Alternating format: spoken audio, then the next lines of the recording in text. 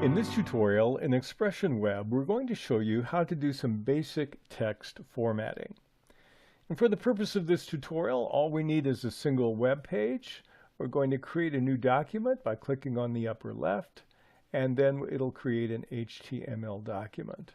You notice it begins to number it. It calls it untitled_1 HTML. Now, your screen may look differently in the middle where you edit, depending on which of these three buttons you have activated at the bottom left. Design View gives you your what you see is what you get. If I click on the one at the right, the Code View gives me the raw HTML code, and the Split View gives me a little bit of both. And I can take and I can drag and move the divider up and down to determine which one has more real estate, which one less. For the sake of this lesson, we'll just move over to the Design View. And I find that what I have here is a dotted line around an empty paragraph. I'll type in fun web page. And you notice a couple of things happen. First of all, the P came in here. The default paragraph is controlled by the P style, and that's what that's all about. I also have an asterisk up here by untitled_1 HTML. That tells me that I haven't saved all the changes I've made on this web page. So that's what the asterisk means. You'll find out later that we can have many tabs and we can be editing on a whole bunch of web pages at the same time, but that's for later. So the default paragraph is controlled by P. If I want to change it, I can click the down arrow here for other styles.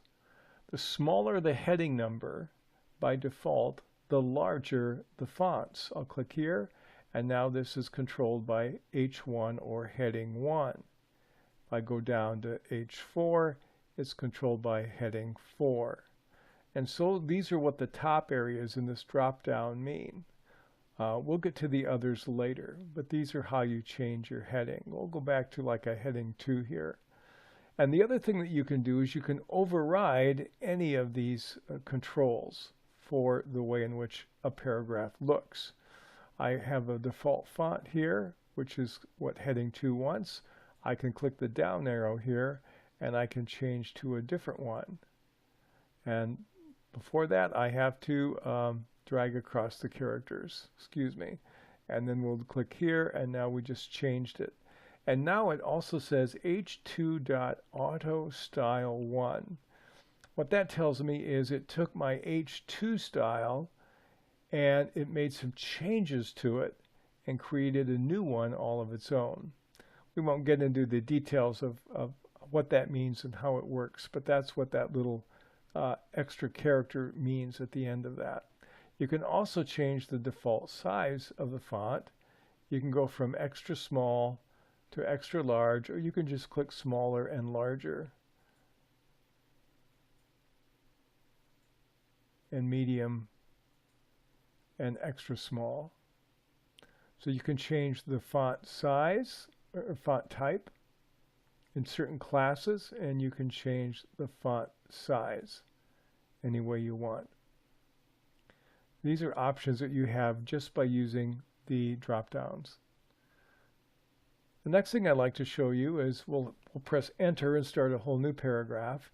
It inherits what I had before, but I'm going to go back to my normal paragraph style here. We'll type something else. This is an early lesson. I have what I find in most word processors or publishing programs. I have bold, italic, and underline. And this again is something you can do simply by highlighting. And we can click on bold and make early bold. We can click on the word lesson. We can make it italic. We can take this, we can make it underline. Again, once I have these characteristics, I can even go back here and change the heading of this. So now I have this heading, and these items overwrite the particular components of the heading. The other thing I can do with any paragraph is I can also change the alignment, left and center and right. We'll leave this on left. We'll go back up to our fun web page and we'll center that. So these are some formatting things that you can do on your text. Let's cover a couple of others before we end this first lesson. There are two ways in which you can make a list. Fun food. I'll do pizza and soda and steak. Okay, now I have 3 paragraphs of fun food. We'll take fun food, we'll make that a little bigger, we'll call it heading 2.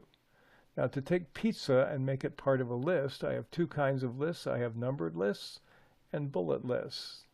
Let's do numbered lists.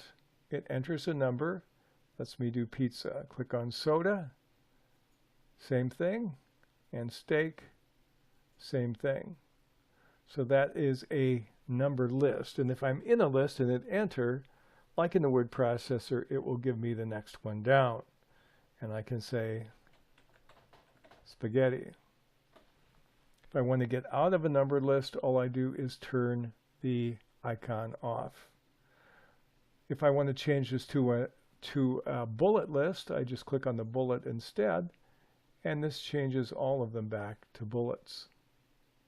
Another thing you can do in simple formatting that we'll stop with for this lesson is you can change the indentation of a line. This is the end of this lesson.